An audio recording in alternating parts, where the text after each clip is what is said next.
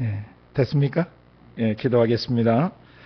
고마우신 예수님, 무더운 여름날 저희들이 무더위를 이길 수 있도록 도와주셔서 감사하고, 날씨와 상관없이 변함없이 주님을 사랑하고 주님을 의지할 수 있게 도와주셔서 감사합니다. 아버지, 오늘도 드리는 예배 가운데 아버지를 가슴으로 만나길 원합니다. 우리의 눈을 열어주시고 귀를 열어주시고 우리의 생각을 일깨우시고 우리의 감정을 어루만지셔서 살아계신 아버지를 말씀 통해서 온전히 만나게 도와주시기를 원합니다. 그래서 주님의 음성을 들을 때 우리 안에 새로운 것들이 창조되게 하시고 없던 것들이 생겨나게 하시고 있던 것들은 더 온전해질 수 있도록 기름 부어주시기를 원합니다. 동시에 이 작은 공간 안에 예배드리는 모든 지체들, 그리고 조국교회와 북한 땅 지하에서 예배드리는 모든 우리의 지체들과 전 세계에 흩어져 있는 150국가 이상에 흩어져 있는 디아스포라 우리 한민족을 기억해 주시고, 이방 민족의 복음화를 위해서 자신을 온전히 드리는 헌신이 이 한민족 속에 일어나게 도와주시고 이방 선교의 전진 베이스가 될 수 있는 은혜를 주시기를 기도합니다. 동시에 온 세계에 흩어져서 복음을 전하시는 모든 선교사님들과 가정과 자녀들과 동역자들을 기억해 주시고, 현지의 모든 형제 자매님들을 성령으로 사로잡아 주셔서 어려운 지역에서 예수를 믿고 따르는 지체들에게 힘과 용기를 더해 주시고 강건케 해 주시기를 기도합니다. 아버지, 예배의 모든 시종 아버지 손에 의탁합니다. 성령께서 저희가 깨달을 수 있는 방법으로 가르쳐 주시고 인도해 주옵소서. 예수님의 이름으로 감사하며 기도드리옵나이다. 아멘. 디모데전서 3장 15절과 히브리서 3장 1절에서 6절 말씀을 같이 읽습니다. 디모데전서 3장 15절 시작. 만일 내가 지체하면 너로 하나님의 집에서 어떻게 행하여야 할 것을 알게 하려 함이니 이 집은 살아계신 하나님의 교회요 진리의 기둥과 터이니라. 아멘. 덮지 마시고 히브리서 3장 1절에서 6절 말씀 함께 읽습니다. 그러므로 함께 하늘의 부르심을 입은 거룩한 형제들아, 우리의 믿는 도리의 사도시며 대제사장이신 예수를 깊이 생각하라. 저가 자기를 세우신 이에게 충성하시기를 모세가 하나님의 온 집에서 한 것과 같으니 저는 모세보다 더욱 영광을 받을 만한 것이 마치 집 지은 자가 그 집보다 더욱 존귀함 같으니라. 집마다 지은 이가 있으니 만물을 지으신 이는 하나님이시라. 또한 모세는 장래에 말할 것을 증거하기 위하여 하나님의 온 집에서 사환으로 충성하였고 그리스도는 그의 집 맡은 아들로 충성하였으니 우리가 소망의 담대함과 자랑을 끝까지 견고히 잡으면 그의 집이라. 아멘. 우리는 우리 안에 들어와 계신 성령님이 우리 삶에서 어떤 기반 사역을 하고 계시는가를 계속 배워가고 있습니다. 첫 번째, 성령은 우리 안에서 말씀하십니다. 두 번째, 죄를 다뤄주십니다. 세 번째, 죄 다뤄진 곳에 지혜와 계시의 영을 부으십니다. 네 번째, 죄가 다뤄지고 지혜와 계시의 영의 인도함을 받는 그 사람들을 세상 속에 이끄셔서 마귀의 시험을 이겨내게 하시고 육체를 좇지 않고 성령을 쫓아 행하도록 인도해 가고 계십니다. 성령의 인도함을 받는 사람들 중에 성령의 은사와 직임의 기름을 부으셔서 하나님 나라의 일꾼으로 쓰십니다. 지금 우리는 은사와 직임 중에서 7번째, 영들 분별함에 대해서 배워가고 있습니다. 영들 분별함의 7번째 중에서 14번까지는 우리가 영들 분별의 가장 기초적인 원리들을 배웠어요. 그래서 13번까지 영분별 14번부터는 실전편으로 어떻게 어떤 삶의 현장에서 영들을 분별해야 되는가. 그래서 맨 처음 가정 영역을 한 3주 다뤘습니다. 그 지난주에 가정 다음으로 중요한 것이 교회인데요. 교회 안에서 영 분별해야 되는 것들이 무엇인지를 지금 다루고 있습니다. 오늘은 18번째 영 분별 이 내용을 다루고 있는데요. 여러분께서 시간 나시는 대로 처음부터 계속 정돈하시면서 기도하실 수 있기를 바랍니다. 이것을 들으시는 분들, 녹화 방송을 들으시는 분들도 계속 반복해서 여러 차례 들으실 수 있기를 바랍니다. 왜냐하면 이 안에는 중요한 개념들이 담겨 있기 때문에 개념이라고 하는 것은 한 번 들어서 안 됩니다. 여러분이 계속 여러분의 생각과 감정과 의지 속에 여러분의 언어로 표현될 때까지 속지하시는 것이 중요합니다. 그래서 말씀이 여러분 속에서 육화되실 수 있도록, 말씀이 여러분의 지정의를 온전히 지배하실 수 있도록 계속 듣고 기도하고 적용하실 수 있기를 바랍니다. 지난주에 교회 안에서 우리가 영들 분별해야 되는 것들 중에서 종교의 영을 좀 다뤘습니다. 종교의 영. 종교의 영은 다른 말로 종교 귀신들을 말합니다. 사람들의 영혼으로 하여금 살아계신 하나님과 인격적인 교제, 실제적인 만남을 갖지 못하도록 회방하는 영들입니다. 그래서 예배당도 다니고 헌금도 하고 헌신도 하고 교회 봉사도 하고 나름대로 또 착한 마음도 가지고 있고 선한 행실들도 가지고 있지만은 그런 모든 것보다 가장 중요한 핵심은 하나님이 살아계신데 살아계신 분의 눈과 눈이 마주쳐야 되고 그분의 얼굴을 배울 수 있어야 돼요. 마음에서. 물론 육체의 형상으로 계시지 않아요. 그러나 우리의 영이 거듭났기 때문에 살아계신 아버지의 얼굴을 정확하게 볼 수 있도록 성령이 계시를 하세요. 우리 속에서. 아버지가 어떤 눈빛을 갖고 계시고 어떤 표정으로 나를 보고 계시고 또 어떻게 말씀하시고 그 음색이 어떠시고 음성이 어떠신가를 거듭난 우리 영혼 안에 경험시켜 주세요. 그래서 이 종교화되는 가장 무서운 근본 원인은 예수 그리스도의 십자가가 기반되지 않을 때, 그래서 자기 마음속에 죄의 문제들이 정확히 죽여지고 태워지고 씻겨지지 않을 때 하나님이 안 만나지기 때문에 하나님에 관하여 이제 생각하고 하나님을 더듬어 찾기 시작해요. 그러면 그때 십자가에서 죄의 문제가 정확하게 다뤄지지 않으면 종교 귀신들이 와요. 그래서 그 사람으로 하여금 절대 가슴 안에서 마음속에서 하나님을 인격적으로 못 만나게 회방해요. 십자가의 죄의 문제가 정확하게 처리돼야만이 하나님을 뵈실 수가 있어요. 그래서 성령이 우리 안에서 무슨 일을 해주시냐면 말씀을 레마로 깨닫게 하셔서 그 레마의 말씀이 말씀에 검되게 하시고 그 말씀이 불이 되게 하시고 그 말씀이 생명수가 되게 하셔서 성령이 주시는 진리의 말씀으로 죄를 죽이게 하시고 죄를 태워버리게 하시고 죄를 씻게 도와주시는 것입니다. 그래서 내주에 계신 성령이 우리 안에서 죄의 문제를 다뤄주지 않으면 절대 하나님의 얼굴을 배울 수가 없어요. 죄가 있는데도 하나님이 나타나시고 그 사람을 통과하시면 그 사람 그 자리에서 즉사합니다. 왜냐하면 빛과 어둠은 공존할 수 없기 때문이에요. 그래서 성령이 우리 안에 계시지만서도 우리를 관통해서 나가시지 못하고 기다리시는 것은 우리가 우리 마음속 생각과 감정과 지식의 죄를 받아들이고 어둠을 받아들일 때 그것을 회개할 수 있도록 기다려주시는 거예요. 그런데 언제까지 기다리시지 않습니다. 그러다가 주님이 오시면 인생이 끝나는 것입니다. 항상 깨어 계셔야 돼요. 이 종교의 영들이, 종교 귀신들이 사람들의 마음을 어떻게 공격하는가를 잘 이해하셔야 됩니다.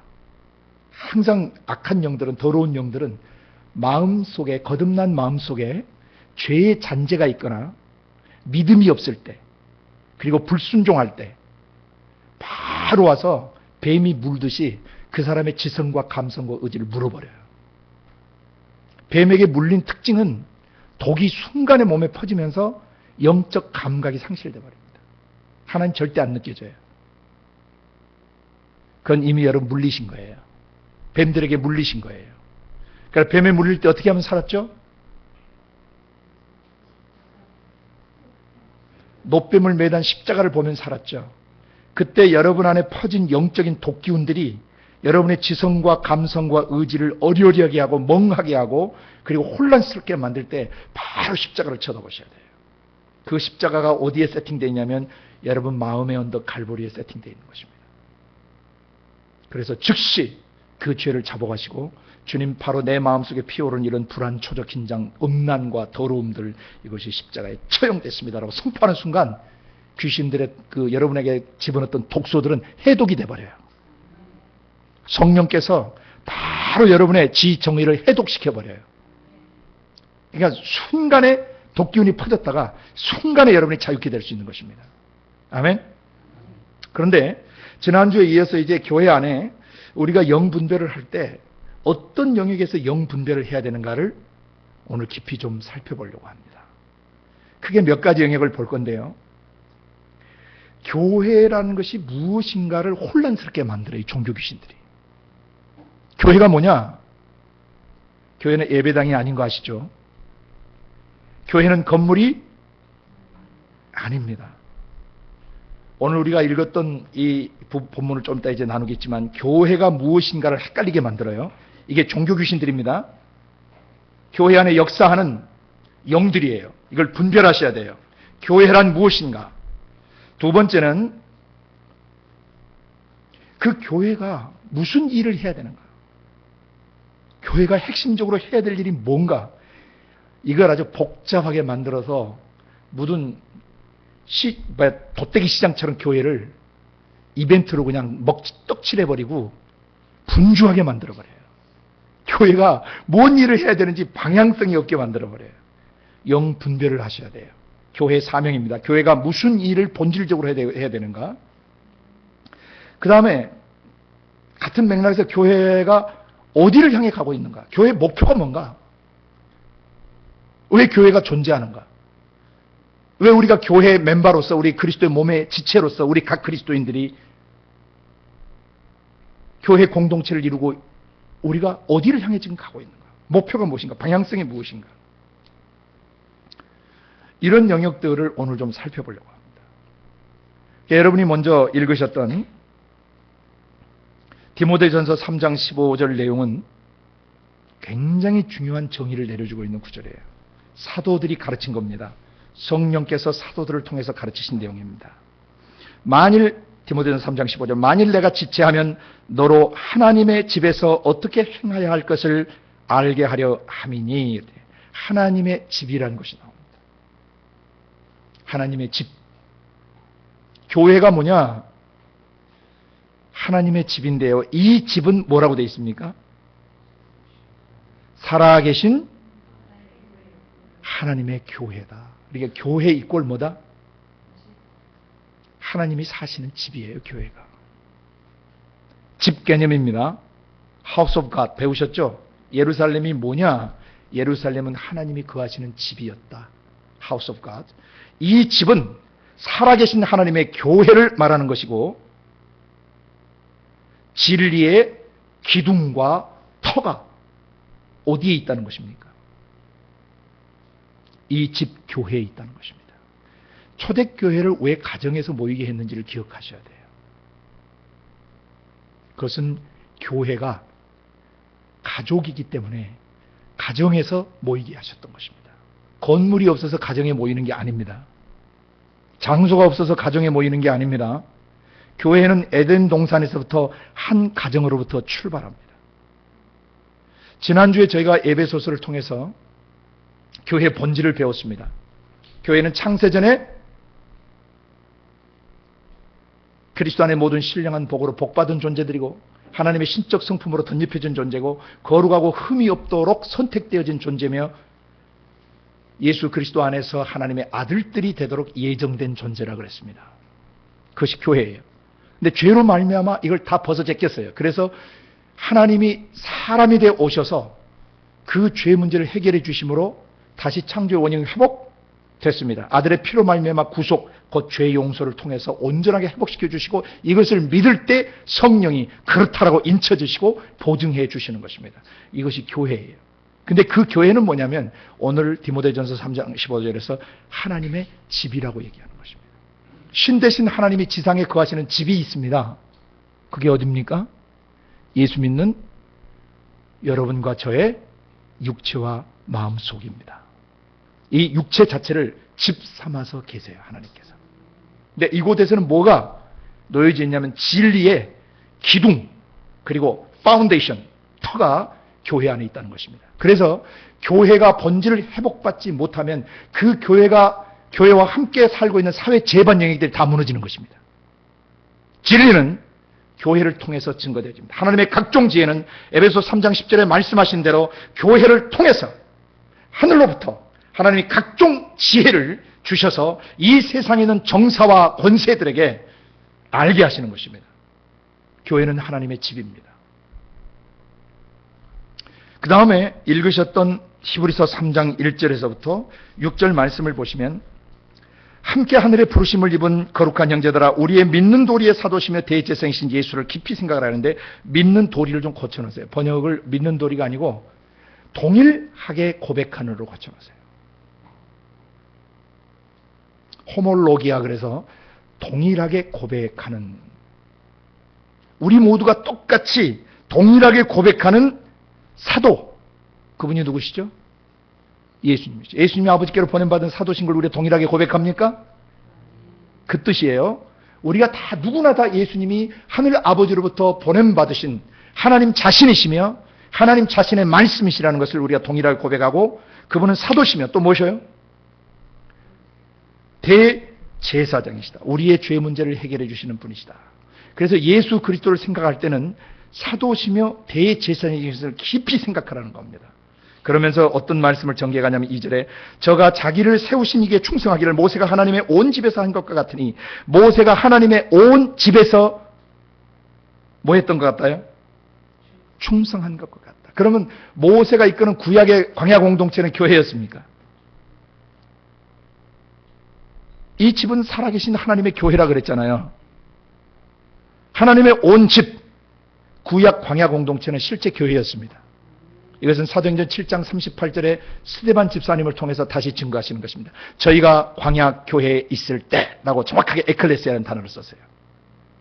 그래서 구약 공동체 전체는 교회를 구약에 보여주셨던 것입니다.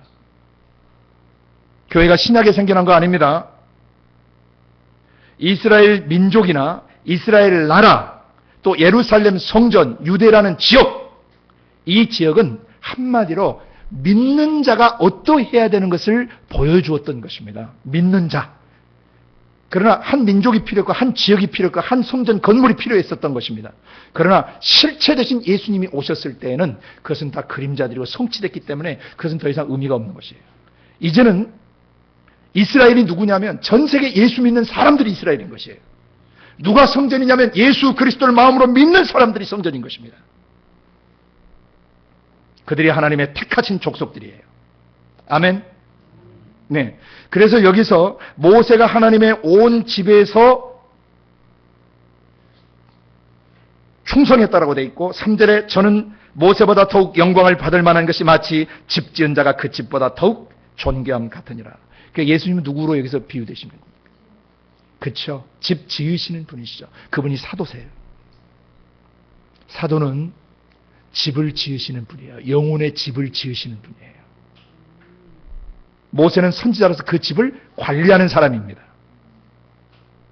그렇기 때문에 예수님이 모세와 비교할 수 없이 탁월하고 높은 분이라는 것을 히브리인들에게 가르치는 거예요.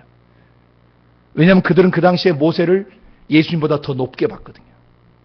그리고 천사들이 인간보다 더 위에 있다고 잘못 생각했거든요. 그래서 1장에는 히브리서 1장에는 천사보다 더 높고 위대하신 하나님 자신이시다 예수는. 그 다음에 여기 본문 3장에서는 예수는 모세와 비교할 수 없이 높으신 분이시다. 예수님은 영혼의 집을 지으시는 분이시고 모세는 그 집을 관리했던 관리인이다 라고 얘기하고 있는 것입니다. 그 다음에 5절 4절 집마다 지은 이가 있으니 만물을 지으신 이는 하나님이시다. 그러니까 예수가 누구시다? 하나님이시다 라고 증거하고 있는 것입니다. 집을 지으신 분이시다는 거예요. 그리고 6절 그리스도는 그의 집 맡은 아들로 충성해서 여기에 아들이란 개념에는 아버지의 모든 상속권을 가지고 다스리는 자란 뜻이에요. 아멘. 예. 그리스도는 그의 집 맡은 아들로 충성하였으니 우리가 소망의 담대함. 어떤 소망의 담대함이 우리가 그분의 집이라는 거죠. 그리고 그 자랑을 끝까지 견고히 잡으면. 이 말은 무슨 말이냐면 많은 유대인들이 당시 예수가 하나님이라는 걸 믿고 예수님 메시아라는 걸 믿었다가 동족들이 하도 예수 믿으면 이단이라고 그러고 하도 불이익을 주니까 집안에서든지 마을에서든지 직장에서든지 살 수가 없는 거예요. 그러니까 수많은 유대 그리스도인들이 어디로 돌아가 버려요? 예수를 부인하고 다시 유대교로 돌아가 버리는 거예요. 그러면 그 사람들은 누구의 집이 되냐면 마귀의 집으로 전락해버려요. 종교 귀신들에게 사로잡혀서 마귀가 거하는 마귀의 귀신전이 되어버리는 것이에요. 그래서 여기서 우리가 소망의 담대함과 자랑을 끝까지 견고히 잡으면, 그 말은 무슨 말이냐면 예수님이 우리의 사도시고 우리의 죄 문제를 해결해 주신 메시아시고 예수님이 하나님 자신이라는 것을 마음에 굳게 믿으면 우리가 뭐라? 우리가 그의 집이라. We are his house. 시간상 성구는 제가 찾지 않지만 나중에 여러분 계속 찾아보시길 바랍니다. 베드로전서 2장에 보면 우리가 신령한 집, spiritual house로 지어져 가고 있다라고 말씀하십니다. 아멘. 그 다음에 고린도전서 3장에서 바울 사도가 고린도 교회들에게 고백하기를 우리는 하나님의 동역자들이고 너희는 그의 밭이요 그의 집이라라고 나옵니다. 하나님이 거하시는 집이다. 그러면 교회가 무엇인가라고 한다면 하나님이 지상에 거하시는 집이다. 그 집에는, 하우스 안에는 뭐가 있냐면 홈 패밀리가 있어요. 가족이 있어요. 아멘. 그럼 여러분 오늘 교회를 분별하셔야 됩니다. 우리 교회가 과연 가족인가? 가정인가? 가정 안에는 어머니 아버지가 계시죠. 그리고 형제들이 있죠. 그렇죠? 부모 형제가 가정을 이루는 핵심 기반입니다. 교회는 하나님의 집으로서의 자리를 다시 찾아가야 됩니다. 교회는 학교가 아닙니다. 예배 드리고 떠나는 그냥 공회당 같은 건물이 아닙니다. 교회는 신 대신 하나님이 들어와 살고 계시는 집입니다. 이 집에는 가족됨이 있는 것입니다. 그래서 교회가 커지는 것 자체가 문제가 아니라 커지면서 교회가 가족됨을 잃어버리면 그것은 이미 종교가 되어버린 것입니다. 옆에 앉아있는 성도가 누구며 그가 한 주 동안 어떤 아픔을 가지고 살고 어떤 문제를 갖고 살고 있는지 전혀 신경 쓰지 않는 이들이 어떻게 교회겠습니까? 그건 남남이에요. 그냥 눈인사도 안 해요. 세상 사람도 부침성 있는 사람은 처음 보는 사람 보면 밝은 얼굴로 인사하고 인간관계를 해나갑니다. 교회에 들어와서 이것은 도저히 교회라고 볼 수가 없는 것이에요.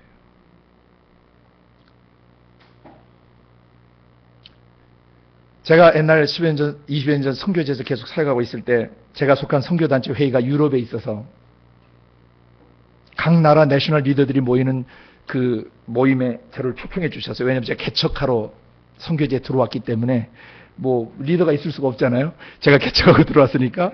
그래서 격려해 주시고 용기를 주시려고 위에 리더분들이 저를, 내셔널 리더는 아니지만 그 모임에, 유럽 모임에 참석할 수 있도록 해 주셨는데 아시아 사람은 저 혼자인 거예요. 전부 유럽 사람들이에요. 북미나 이런 다 전 세계선 선교사들이에요. 그런데 어떤 중년 부인이 두리번거리는 나를 찾아오더니 굉장히 상냥하게 웃으시면서 자기 이름은 누군데 어디서 갖고 누구냐고 물어서 집에 온 것 같았어요. 나중에 보니까 그분이 누구셨냐면 유럽 전체 책임지는 리저널 디렉터 부인이었어요. 그 인상은 제 평생 지워지지 않을 것입니다.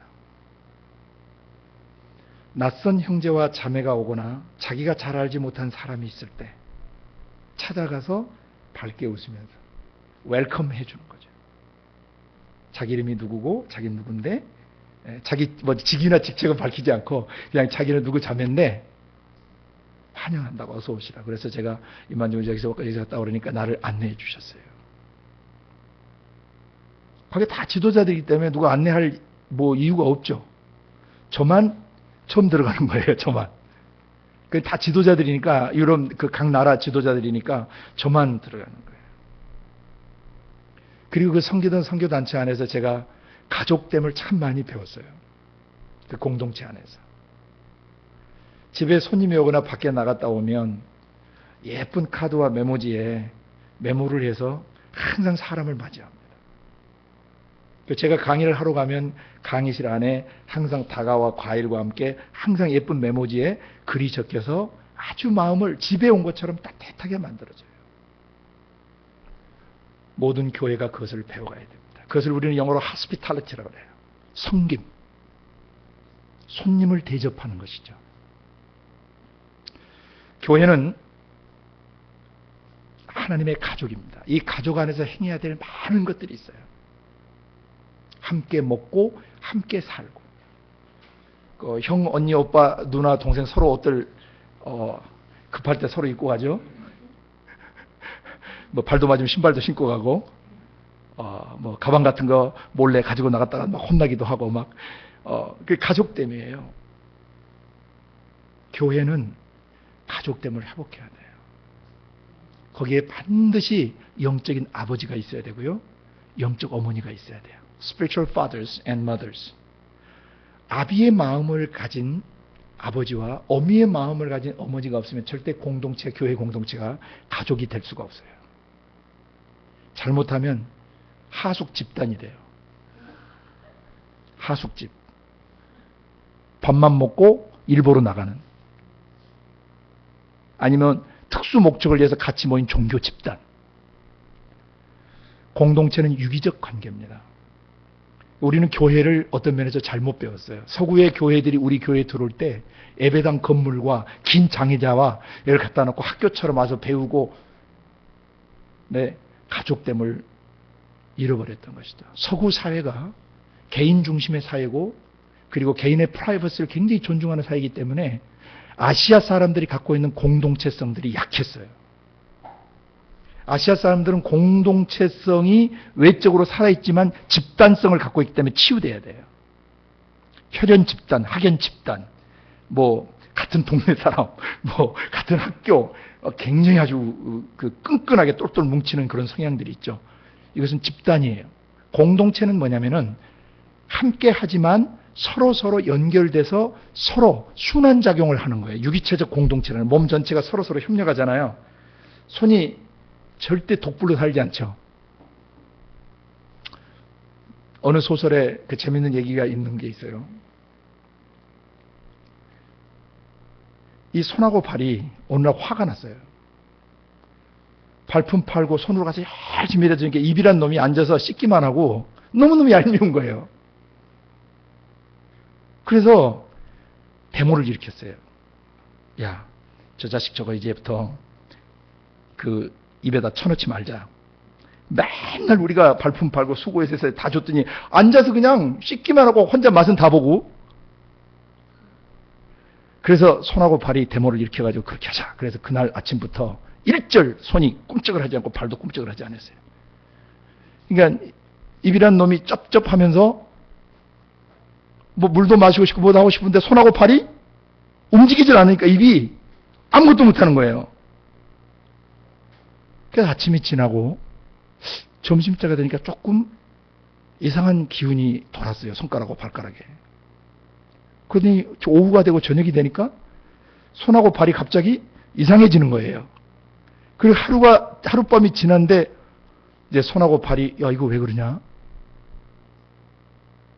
이게 이제 아무런 힘이 없어지면서 이틀, 사흘 지나니까 이제 진짜 손하고 발이 아무런 힘이 있을 수 없으면서 뭘 깨달았겠어요? 야, 걔가 우리를 섬기는 거였구나. 씹어서 분배시켜 줌으로 우리 손발이 힘을 낼 수 있도록 도와주었구나. 이게 뭐냐면 지체의식이고 공동체의식이에요. 근데 이 손가락이 가만히 있다가 난 눈이 좀 됐으면 좋겠어.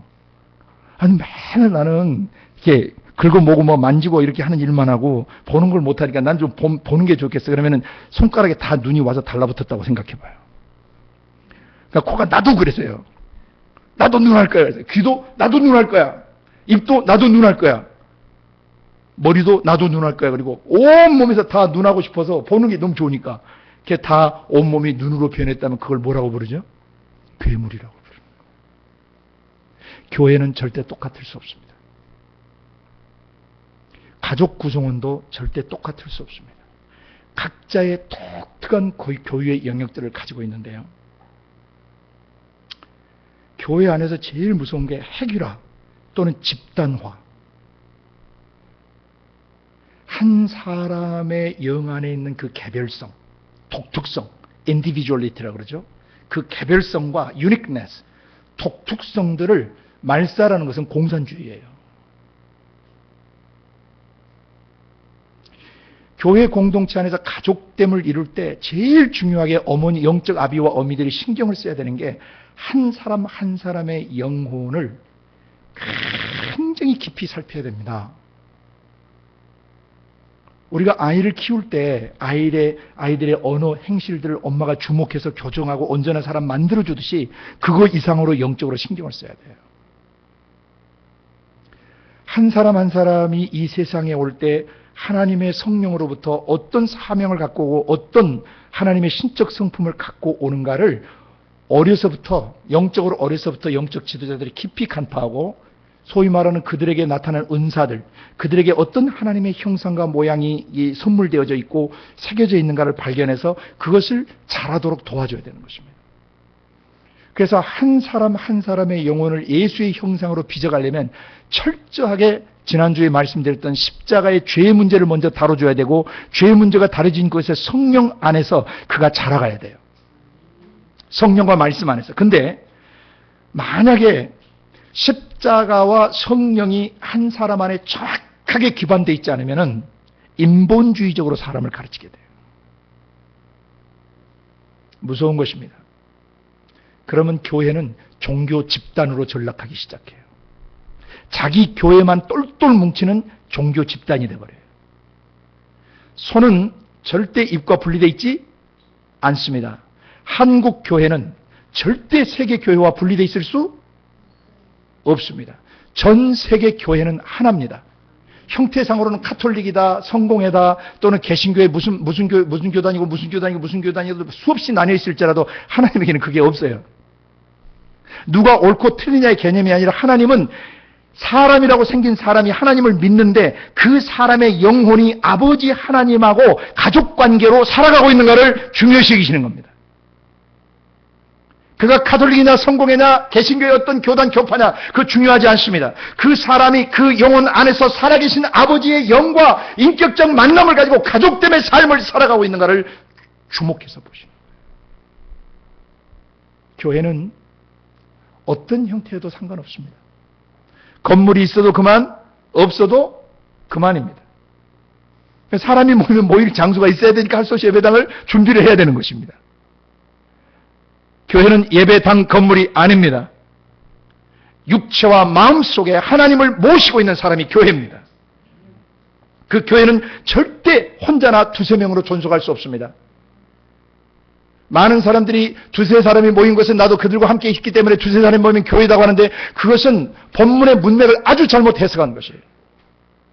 본문의 문맥에서 두세 사람이 모인 것은 교회를 말하려고 말씀하신 게 아니에요. 마태복음 18장에 있는 거예요. 형제가 죄를 범했을 때 개인에게 말하고 두세 사람이 말하고 또 말 안 들으면 교회 전체에 말하고 그래도 듣지 않으면 교회에서 내보내는데 이 문제 일으키는 이 사람을 교회가 어떻게 다뤄야 될 것인가 하고 두세 사람이 모여서 의논할 때 예수님도 거기 함께 있어서 옳고 그름을 판가름해 주겠다고 하신 것이지 교회를 말하는 게 아니라 말입니다. 교회는 두세 사람으로 절대 존속할 수 없습니다. 교회는 전 지구촌에 우주적으로 하나입니다. 이걸 카스믹 처치 또는 유니버설 처치라고 그러는 게 교회는 하나예요. 한 아버지의 영 안에서 거듭난 사람의 영과 영들이 건물마다 서로 연결해서 주 안에서 성전이 되어가고 있는 것입니다. 절대 우리 교회라는 게 있을 수 없는 것입니다. 교회는 어떤 한 사람의 목사의 소유나 어떤 신부의 소유나 어떤 교단이나 교파의 소유가 될 수 없습니다. 여러분은 어떤 사람의 소유가 될 수 없습니다. 여러분은 오직 하나님의 성령의 소유일 뿐인 것입니다. 여러분은 그의 택한 족속이시고 그의 소유된 백성이시며 그의 거룩한 나라신 것입니다. 교회는 어떤 사람도 그 사람을 지배하거나 조장할 수 없어요. 만약에 어떤 교회 안에서 어떤 영적 지도자가 어떤 교인들을 자기가 원하는 구미대로 입맛대로 조종하고 있다면 그는 그리스도의 신부를 강간하고 있는 것이에요.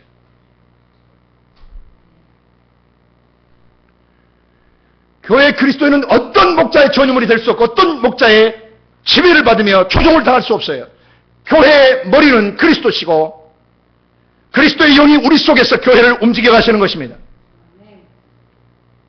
한 집에 거대한 담벽이 있는 것처럼 이 담벽 안에 여러 벽돌들이 있어요. 전 세계 교회는 한 담벽을 구성하고 있는 하나의 지체들에 불과한 것입니다. 전 세계 교회는 하나입니다. 우주적으로 하나님이다.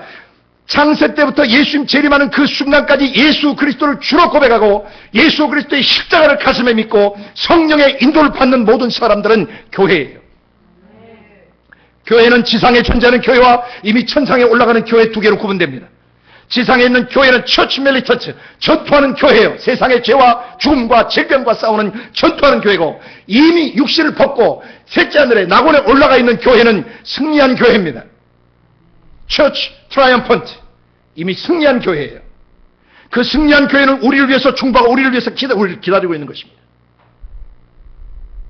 교회는 하나님의 집이고 하나님의 자녀들의 공동체입니다. 그리스도는 교회의 머리시며 우리는 그 그리스도의 몸, 디바인 바디, 신의 몸통을 이루고 있는 구성 멤버들인 것입니다. 손가락 안에, 손 안에 5개 손가락이 있고 손가락 하나에 마디가 여러 개 있고 이 안에 신경세포가 전부 조직으로 연결되어 있듯이 여러분 한 분 한 분과 저는 전부 다 그리스도, 예수 그리스도의 아버지의 성령 안에서 전부 하나로 연결되어 있는 것입니다. 그렇기 때문에 여러분이 사람의 종이 되셔서는 안 돼요. 조직의 종이 되서는 안 됩니다. 집단의 종이 되서는 안 됩니다. 여러분 안에 거하시는 하나님의 성령과 말씀을 따라 여러분이 살아가실 수 있을 때 독립적으로 살아가지만은 여러분은 반드시 연합을 이루어 살아가셔야 돼요. 교회는 그리스도의 몸이면서 그리스도의 집이에요. 동시에 교회는 하나님의 성령이 거하시는 전이라고 되어 있습니다. 고린도전서 3장 16절, 고린도후서 6장 16절 이하에 여러분이 보시면은 우리는 살아계신 하나님의 성전이라고 되어 있어요. 하나님의 성령이 너희 가운데, 너희 육체 가운데 거하시는지를 알지 못하느냐. 그러므로 너희 몸은 너희 것이 아니라 값으로 사신받은 것이다. 핏값을 주고 죽음의 대가를 치부하시고 예수님 여러분의 영혼과 육체를 사신 겁니다. 교회는 하나님, 신 대신 하나님이 거하시는 신전이에요. We are the house of God and we are the temple of God. 우리는 하나님이 거하시는 신전이에요. 그래서 우리의 마음 육체 안에서 그분께 경배를 드리고 찬양을 드리고 예배를 드리고 그분을 높이 올리고 기도와 말씀과 찬양이 우리 육체와 마음 성전에서 진행되고 있는 것입니다. 우리는 이동하는 성전이에요. 그러면서 우리는 전 세계적인 네트워크를 갖고 있어요. 우리는 전 세계적인 거룩한 믿는 자들의 연합체인 예루살렘 성전의 네트워크를 갖고 있는 것입니다. 구약에 말하는 예루살렘 그 성전 건물은 전 세계적인 예루살렘 성전 하나님이 거하실 집이요 신전인 그것을 예표로 보여주셨던 그림자였던 것입니다. 지금 이 교회, 이 예루살렘 성전은 전 세계적으로 연합되어서 주님 오실 길을 예비하고 있는 것입니다. 또 하나, 교회가 무엇이냐라고 하면 교회는 지난번 에클레시아 배우셨죠? 교회는 하나님의 정부요, 하나님의 국회며 하나님의 의회입니다. 하나님의 청와대시고 하나님의 백악관이라고 그랬어요.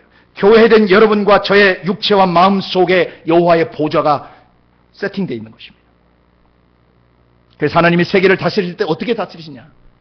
여러분의 육체와 마음 속에서 통치하시고 다스리시는 겁니다. 교회는 살아계신 하나님이 거하시는 집이고 신전이며 성전이며 하나님의 정부요, 나라요, 국회요, 의회입니다. 여러분은 굉장하신 분입니다.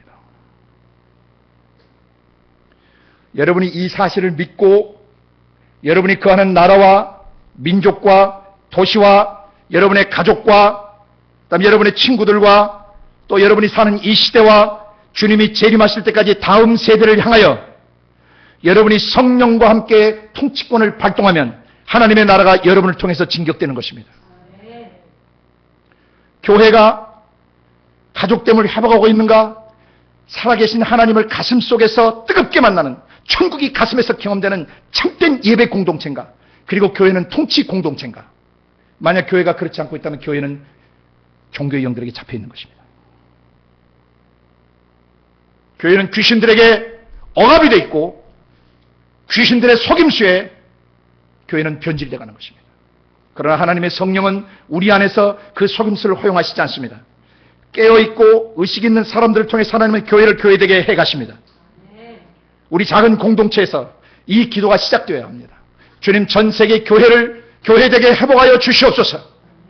교회가 하나님이 거하시는 집이고 가족이고 생명을 위탁한 가족 공동체로서의 자리매김을 회복받게 하여 주시옵소서. 교회를 월급 받아먹는 어떤 직장이나 교회를 어떤 공회당 같은 공부하고 어떤 학교 같은 것으로 전락시킨다든지 교회를 어떤 공회당 같은 것으로 전락시키는 것은 위험한 것입니다. 그건 종교 귀신들에게 속아서 교회를 파괴시키는 거예요. 교회는 가족 때문에 회복돼야 됩니다. 이 안에서 다뤄야 될 게 너무 많은데 다음에 에베소서와 계시록을 다루는 그 본문을 다루는 강론할 때 깊이 다루기로 합니다.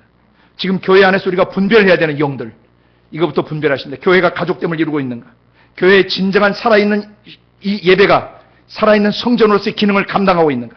교회가 그 동네와 그 나라와 그 민족 그 시대에 역사하고 있는 영들을 사로잡고 예수 그리스도로 통치하고 있는가? 만약 그렇게 하고 있지 못하다면 교회는 어둠의 영들에게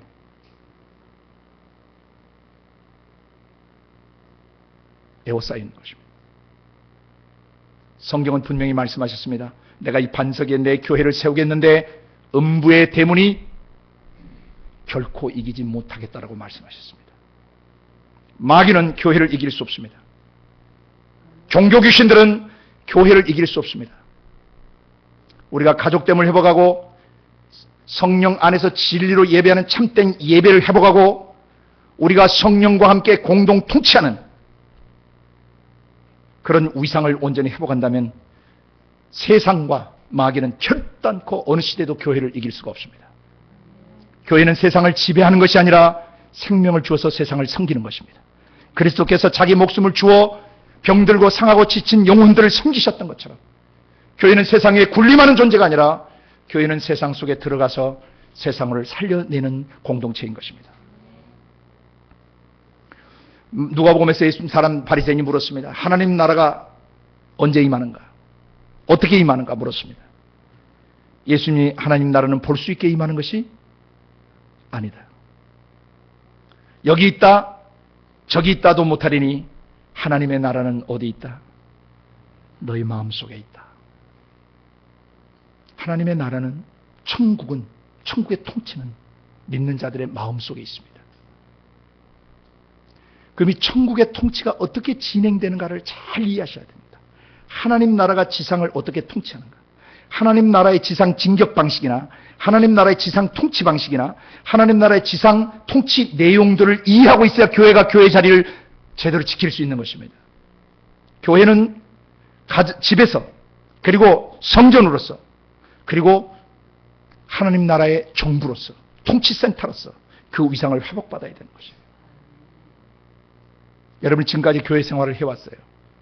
예배당 건물 안에서 여러분이 신앙생활을 해왔어요. 이제 여러분 다시 영들을 분별하셔야 돼요. 우리가 지금 교회라고 하고 있는 이 교회가 과연 아버지와 어머니가 있는 영적으로 따뜻한 보금자리와 같은 홈 스위트 홈, 정말 감미롭고 따스한 정감 있고 생명 있는 공동체를 이루고 있는가? 우리 교회가. 그렇지 못하다면 지금부터 만들어가면 되는 것입니다. 지금부터 교회를 회복시켜가면 되는 것입니다. 바른 진리 위에 이 집은 살아계신 하나님의 교회요 진리의 기둥과 터니라. 우리가 소망의 담대함과 자랑을 끝까지 견고히 잡고 있으면 우리가 그의 집이라. 우리는 하나님의 밭이요 하나님의 집입니다. 하나님이 우리의 마음을 기경하시는 그런 밭과 같은 그런 논밭과 같은 일터요. 하나님이 우리를 건축해 가시는 집이에요. 예수의 형상으로 만들어가는 집입니다. 교회 안에 이것이 지금 회복되어야 돼요. 교회가 지금 가족으로서 그 다음에 성전으로서 그리고 통치본부로서의 역할을 감당하지 못하는 것은 종교 귀신들에게 속아서 그래요. 종교 귀신들이 사람들의 생각을 혼란시키고 영적 지도자들을 혼란시키고 그 시대 교회들을 혼란케 만드는 것입니다. 속이는 것입니다. 성경이 말씀하시는 사도들을 통해서 말씀하신 사도적 교회, 사도와 선지자 터 위에 세워진 교회가 무엇인가를 우리는 성경에서 바로 봐야 합니다. 그럼 어떻게 가족됨을 회복할 것인가? 이제 이런 문제들을 에베소서와 성경 도처에서 가르쳐주고 있으신 겁니다. 교회를 교회되게 하는 가장 중요한 두 가지 요소를 지난주에 제가 말씀드려요. 십자가와 성령, 예수 그리스도의 십자가를 통해서 교회가 탄생되는 거예요. 한 사람이 거듭나면서 죄로부터 자유케 되면서 교회가 탄생되는 것이죠. 성령에 의해서 교회는 뿌리를 내리고 자라가고 커져가고 넓어져 가는 것입니다. 아멘. 자, 그러면 이 교회를 교회되게 하기 위해서 성령께서 창세기 1장부터 3절까지 무슨 일을 하셨는가 여러분이 여러 차례 들으셨어요. 태초에 하나님 천지를 창조하셨습니다. 모든 원소들이 창조됐습니다. 근데 창조될 때 그 땅 지구는 형체가 아직 모양새가 없었고 텅 비어 있었으며 그 우주 공간은 칠흑 같은 어둠으로 가득 차 있었는데 하나님의 영이 그 위에 운행하셨다라는 표현을 썼습니다. 우리말 성경이 그렇게 번역을 했습니다. 근데 운행하다라는 것은 메라헤페트에 대한 온전한 번역이 아니라고 그랬습니다. 메라헤페트라고 하는 라하프라는 동사에서 온 건데 이 라하프라는 동사는 새가 공중에 날면서 또 땅에서는 어미닭이 새끼를 날개 아래 모으는 행위를 말한다 그랬습니다. 그러니까 이 메라헤페트라는 단어를 이 속에 들어있는 두 가지 의미는 아버지의 영이 상공에 떠서 우주 전체와 지구촌 전체 모든 원소들을 모아시고 바라보시고 동시에 그 존재하는 모든 것들을 품에 안으셨다는 것입니다. 그리고 3절에 하나님이 말씀하셨습니다. 곧 천지를 창조하신 만물의 근원 되신 만물의 아버지신 하나님이 그 아버지의 영으로 만물을 모아시고 품에 보듬어 안으시고 내려다 보시면서 뭐 하신 것입니까? 말씀하신 것입니다. 이것이 바로 하나님 나라의 지상 통치 방식입니다. 천국이 지상에 오고 천국이 지상을 통치하는 방식은 아버지가 자신의 영으로 존재하는 만물을 모아시고 보듬어 안으시고 거기에 대해 뭐 하시는 것입니까? 말씀하시는 것입니다. 하나님 나라가 어떻게 여러분 안에 경험됩니까? 아버지의 영에서 나오시는 그 말씀이 여러분의 지성과 감성과 의지에 경험되시면 하나님 나라가 임하신 거예요. 천국의 지상 진격 방식은 성령으로 말씀하시면서 진격하십니다. 하나님 나라가 지상을 통치하는 방식은 성령으로 말씀하시면서 다스리시는 겁니다. 하나님 나라의 통치 내용은 성령으로 말씀하시면서 계시하시는 겁니다. 성령이 지금 우리 속에 들어와 계십니다. 들어오셔서 맨 먼저 뭘 하시는 것입니까? 말씀하시는 것입니다. 그것이 바로 마태복음 10장 20절에 예수님이 증언해 주신 내용입니다. 말하는 이는 너희가 아니라 너희 속에서 말씀하시는 자 곧 너희 아버지의 영이시니라. 곧 아버지, 우주 만물을 창조하신 아버지께서 자신의 영으로 온 우주와 원소들을 품에 안으시고 거기에 뭐 하시고? 말씀하시고, 이건 외적으로 말씀에 들어오시는 거예요. 그러나 예수 그리스도 십자가 위에 성령이 우리 속에 내주하실 때는 성령이 우리 속에서 말씀하시는 겁니다. 밖에서도 말씀하시고 우리 속에서도 말씀하셔요. 첫째 날부터 여섯째까지 만들어진 모든 피조물을 통해서 하나님 우리에게 말씀하시는 겁니다. 하나님이 어떤 분이신지를 계시하시고 하나님 우리에게 메시지를 던지시는데 우리가 죄 때문에 그 메시지를 읽지를 못해요. 그래서 하나님이 성경책에 당신의 마음속에 있는 생각과 뜻들을 책에 기록하셔서 구약 1500년 역사와 신약 100년 역사 약 1600년이 넘는 시간 동안 쉼없이 메시지의 사람들에게 하나님의 심장을 토로하시고 하나님의 뜻과 계획들을 알리셨던 것입니다. 이 기록된 말씀 속에는 하나님의 음성이 내장되어 있습니다. 이 성경을 제대로 읽으려면 이 기록된 글자 속에서 음성이 살아 움직이고 나의 지성과 감성과 의지를 터치하고 나와 인격적 교제를 경험시키실 때까지 주목해야 되는 것입니다. 묵상해야 되는 것입니다. 그래야 하나님을 만납니다. 그래야 교회가 교회됩니다. 교회는 내주에 계신 성령이 말씀으로 통치하시고 말씀으로 이끌어가는 것이지 제도나 조직이나 교리나 어떤 사람의 의견들로 진행돼 갈 수 없는 것입니다. 교회는 십자가에서 그리스도의 보혈의 십자가를 통해서 탄생되어지면서 성령의 내주하심으로 교회는 통치되어지는 것입니다. 다스려져 가는 것입니다. 그래서 현재 여러분이 교회 안에 생명이 없는 신학이나 생명이 없는 교리 또는 사별화된 신학이나 사별화된 교리 안에 여러분이 빠져서 하나님을 인격적으로 만나지 못한다면 여러분은 종교의 영들을 대적하시고 거기서 빠져나오셔야 돼요. 이론은 번지르하고 논리는 번지르를 하는데 그 논리와 이론을 가지고 계속 공부하고 살았더니 하나님이 안 만나지더라. 하나님의 형상과 모양으로 내가 변화되지 않더라. 내 생각과 감정과 의지 속에 하나님의 말씀이 성령으로부터는 왜 말씀을 파고드셔서 나의 지성과 감성과 지를 새롭게 만들어 주셔야 되는데 머리통 지식과 느껴지는 감정 분위기로 내 영을 끌어가려고 한다면 그것은 종교의 영들이에요. 그 귀신들입니다. 하나님 그렇게 역사하시지 않습니다.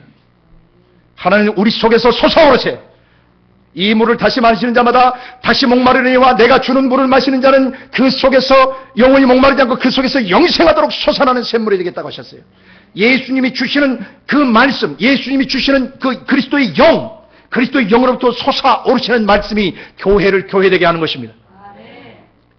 신학자나 교리학자들 중에서 성령과 그 말씀에 사로잡힌 신학자와 교리학자가 있다면 너무 감사한 것이죠. 그런 머리통 지식으로 인본주의적 인간의 관점에서 본 하나님을 기술하고 인간의 관점에서 하나님을 경험 없이 이론으로 전개간다면 그것은 자기에게도 생명이 되지 않고 또 다른 사람을 살릴 수 없을 것이에요.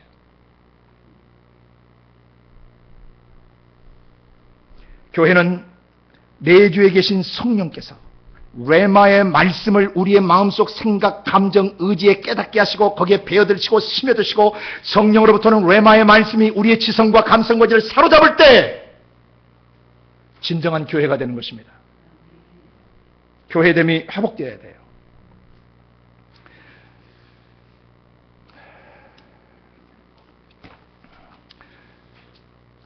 우리 안에 내주에 계신 성령께서 아버지 하나님과 우리 사이의 가족됨을 회복시켜 주시고 우리의 영 안에서 기도하고 예배하고 찬양하는 신전으로 성전으로 회복시켜 주시고 그리고 우리 육체와 마음이 성령과 그 말씀과 함께 죄를 죽이고 태우고 씻는 일, 사람들을 죄와 죽음에서 건져내는 일, 더러운 귀신에게 사로잡혀 있는 사람들을 자유케 풀어주는 일, 그리고 나라와 민족 전체를 묶고 있는 구조적 모순이나 사회적 모순들, 제도들을 고쳐나갈 수 있는 그러한 사람들을 만들어주시는 것입니다. 내주에 계신 성령께서 하시는 거예요.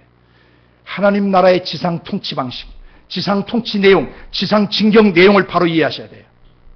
뚱구름 잡는 어떤 외적 계시로 오는 것이 아니라 명확히 기록된 말씀을 우리의 가슴 속에 풀어주시고 우리의 가슴을 뜨겁게 하시면서 엠마오 제자의 방황하는 제자의 가슴을 말씀을 풀어 뜨겁게 하셔서 그들이 역사의 현장 오순절 그 마가다락방으로 돌아가게 하셨던 것처럼 오늘 이 시대에 하나님의 성령이 원하시는 그 현장과 자리에 우리를 끌어가시는 방식은 성령께서 말씀을 깨닫게 하심으로 끌어가시는 것입니다. 교리화된 말씀이 아닙니다. 생명화된 말씀입니다. 내 지성을 터치하고 내 감성을 터치하며 내 의지의 결단을 촉구해서 삶을 살아나게 만드는 그 말씀이어야 되는 것입니다. 교회는 교회됨의 자리를 회복받아야 됩니다. 그래야 그 다음에 교회가 사명을 감당할 수가 있어요. 사명.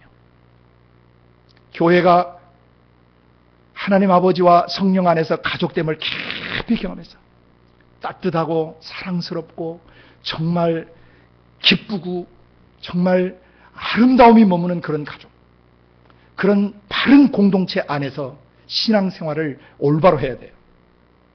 하나님의 집의 개념은 우리가 복음서 제자도 개념으로 하면 자녀됨을 회복시켜주는 것이에요. 자녀됨을 회복시켜주는 단계예요.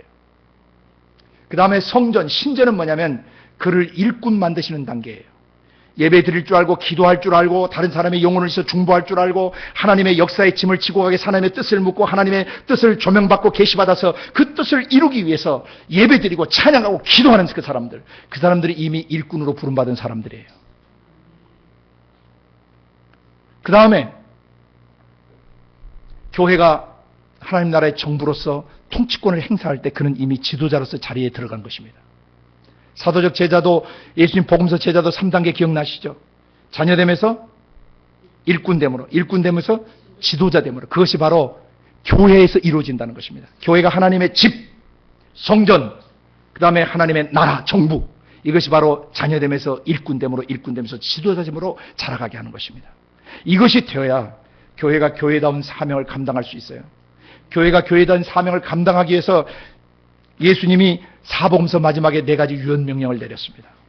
그 유언명령이 누가복음의 첫 번째가 위로부터 능력을 입으라 그랬어요. 그것은 아버지께서 약속하신 것이라 그랬어요. 그런데 그것을 사도행전 1장 4절 5절에 연이어서 쓰면서 뭐라고 하니 이는 몇 날이 못되어 너희가 성령으로 세례받는 것인데 성령으로 세례가 아니라 성령 속에 잠기는 것이라고 그랬습니다. 그러므로 교회가 교회되기 위하여 맨 먼저 해야 되는 것은 성령 안에 잠기는 일을 해야 되는 것입니다. 성령 안에 잠겨서 무엇을 전해야 될지 깨닫게 되고 듣게 되고 보게 되는 것입니다. 성령 안에 잠겨서 보고 들은 것을 증거하러 나가는 것이 바로 마가복음 마지막에 온천하에 다니며 만민에게 복음을 전파하는 것입니다. 이 교회가 성령 안에 잠겨있는 교회인가? 이 교회가 하나님의 성령으로부터 보고 들은 것을 대언하고 지원하는 교회인가? 그래서 증언하고 전하면 영접하는 사람들이 생겨요. 그 영접하는 사람들을 목양해야 되는 것입니다. 사도적 목양이 무엇인지를 지난번에 말씀을 드렸습니다. 먹을 것을 줄 수 있는 그런 보스코, 피딩 개념과 그 다음에 포이마이노, 테이킹 케어로 하는 돌볼 줄 아는 기능이 있어야 그게 교회인 것입니다. 사람에게 하나님의 성령 안에 잠겨서 성령이 주시는 그 먹을거리를 영혼들에게 먹여줄 줄 알아야 되고 그 성령이 주시는 말씀으로 사람들의 인생을 이끌어갈 수 있고 그들을 테이킹 케어로 돌볼 수 있는 그런 교회여야 되는 것입니다. 그리고 마지막에 가서 모든 민족을 제자화해야 돼요. 마태복음에. 요한복음은 목양명령으로 마무리하셨고 마태복음은 가서 모든 족속을 제자 삼으라고 그랬는데 제자를 삼때 내가 너희에게 분부한 모든 것을 가르쳐 지키게 하라고 그랬어요. 가르치고 끝내는 것이 아니라 가르치고 지킬 수 있도록 도와주라는 것입니다. 무엇을 가르칩니까? 내가 너희에게 분부했던 것들. 그것은 1차적으로 사복음서를 말합니다. 예수님이 3년 반 동안 사역하실 때 사복음서 내용을 가지고 그걸 모두 다 가르치라는 것입니다. 주일날 단지 몇 개만 가르치고 끝내버리면 안 된다는 것입니다. 이 영역 시간이 다 됐으므로 다음 시간에 계속 이어서 하겠는데요. 교회가 교회의 사명을 제대로 감당하고 있는가? 교회는 성령 안에 잠기고 있는가? 교회는 성령께로부터 들은 것을 대언하고 있는가? 전도 쪽지 만들어서 나누고 있는가? 아니면 교회는 진짜 참된 목양, 성령으로부터 먹고 들은 것을 전해주고 그걸 가지고 사람을 살리는 교회인가? 그 다음에 교회는 복음서를 가지고 체계적으로 제자화하고 있는가? 만약 하고 있지 않다면 그 교회는 종교화된 교회예요. 그것은 귀신들에게 속아있는 교회입니다. 어둠의 영들에게 잡혀있는 교회예요. 이 교회가 진짜 사도와 선자 터 위에 세워진 교회라면 이 네 가지 명령의 뿌리를 받고 그 터 위에서 사람들을 세워갈 것입니다. 이 네 가지는 다음 시간에 계속 이어서 하도록 합니다. 같이 기도하겠습니다. 고마우신 아버지 하나님 감사합니다. 교회 안에서 역사하는 영들을 분별합니다. 교회가 하나님의 집이고 하나님의 성전이며 하나님의 나라요 정부인데 교회가 이 역할을 감당할 수 없도록 어둠의 영들이 교회를 무기력하게 만들고 교회를 세속화시키며 종교화시켜버렸습니다. 주님, 우리는 깨어서 이것을 대적합니다. 그리고 성령과 말씀 안에서 그리스도의 십자가를 기반으로 우리 다시 일어서서 하나님의 집다운 교회, 하나님의 성전다운 교회, 하나님의 정부다운 교회로 다시 회복되어 갈 것을 선포합니다. 그리고 그렇게 살 것을 결단합니다. 아버지, 우리를 도와주시옵소서. 병들어가는 온 세상 나라와 민족을 살리기 위해서 참된 하나님의 가족을 회복하게 하시고 참된 예배와 기도를 회복하게 하시며 참된 통치권을 성령과 말씀 안에서 감당할 수 있도록 우리를 무장시켜 주시고 전 세계 대륙과 나라와 민족들 속에 사도적 교회를 다시 회복시킬 수 있도록 기름 부어 주시기를 원합니다. 감사하고 예수님 이름으로 기도드리옵나이다. 아멘.